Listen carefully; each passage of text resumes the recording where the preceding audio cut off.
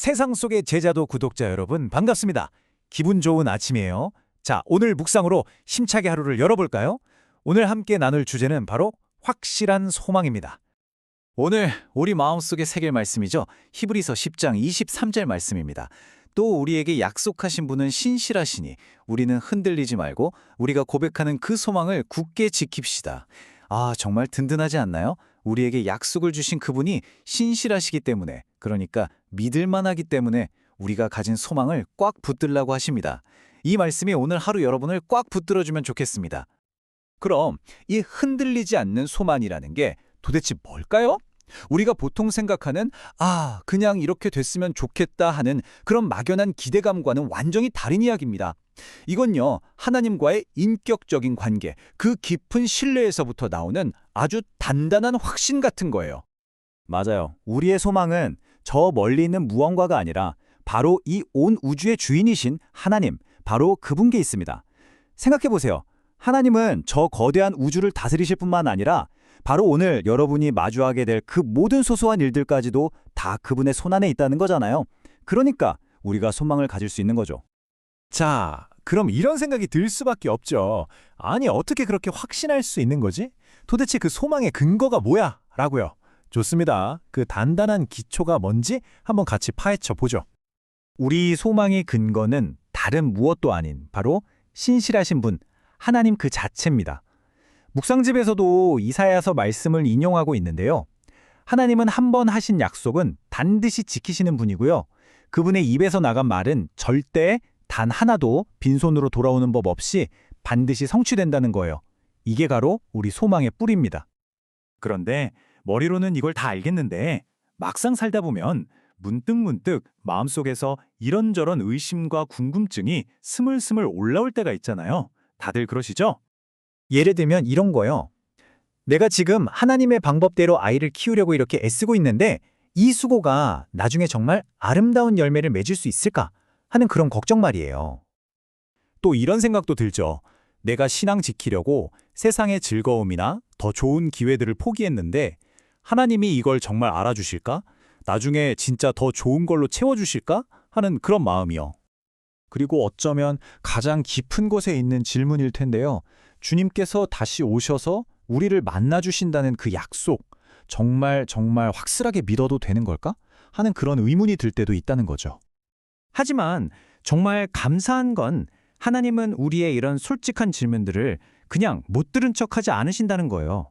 오히려 아주 구체적이고 명확한 약속으로 대답해 주십니다. 자, 이제 그 약속들을 하나씩 열어볼까요? 네, 좀 전에 우리가 가졌던 바로 그 세 가지 질문 기억나시죠? 자녀 양육 문제, 내가 희생한 것들에 대한 보상 문제, 그리고 주님의 다시 오심에 대한 소망. 정말 놀랍게도 하나님은 이 모든 영역에 대해 성경을 통해 아주 분명하게 약속하고 계십니다. 첫 번째 질문에 대한 하나님의 대답은 정말 명쾌합니다. 그렇다. 네가 내 방법대로 아이를 양육하면 반드시 그 열매를 보게 될 것이다. 이거죠. 잠언 22장 6절 말씀이 이걸 확실하게 보증해주고 있어요. 마땅히 행할 길을 아이에게 가르치라. 그리하면 늙어도 그것을 떠나지 아니하리라. 이건 그냥 좋은 격언이 아니라 하나님의 보증수표 같은 약속입니다. 두 번째 질문에 대한 대답은요. 이건 정말 입이 떡 벌어질 정도예요.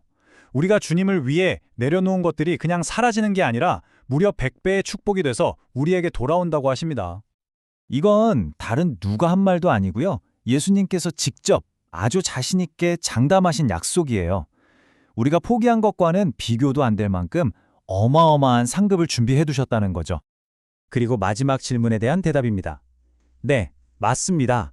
주님은 약속하신 그대로 반드시 다시 오실 겁니다. 그리고 사랑하는 우리 한 사람 한 사람을 영원히 만나주실 거예요. 이 소망은 우리가 만들어낸 상상이 절대 아닙니다. 성경 전체가 이 확실한 미래를 증언하고 있고요. 특히 데살로니가 전서 같은 곳을 보면 그 영광스러운 재회의 날이 얼마나 생생하게 그려져 있는지 몰라요. 자, 이 모든 약속들을 이제 우리 마음에 꼭꼭 새겨봅시다. 그럼 이제 우리는 더 이상 어떻게 되겠지 하는 막연한 기대감으로 하루를 시작하는 게 아니에요. 하나님의 확실한 약속 위에 서서 확신을 가지고 하루를 시작할 수 있게 되는 겁니다. 우리가 붙드는 소망은 뭘지도 모른다는 추측이 아니에요. 반드시 이루어진다는 확신이죠.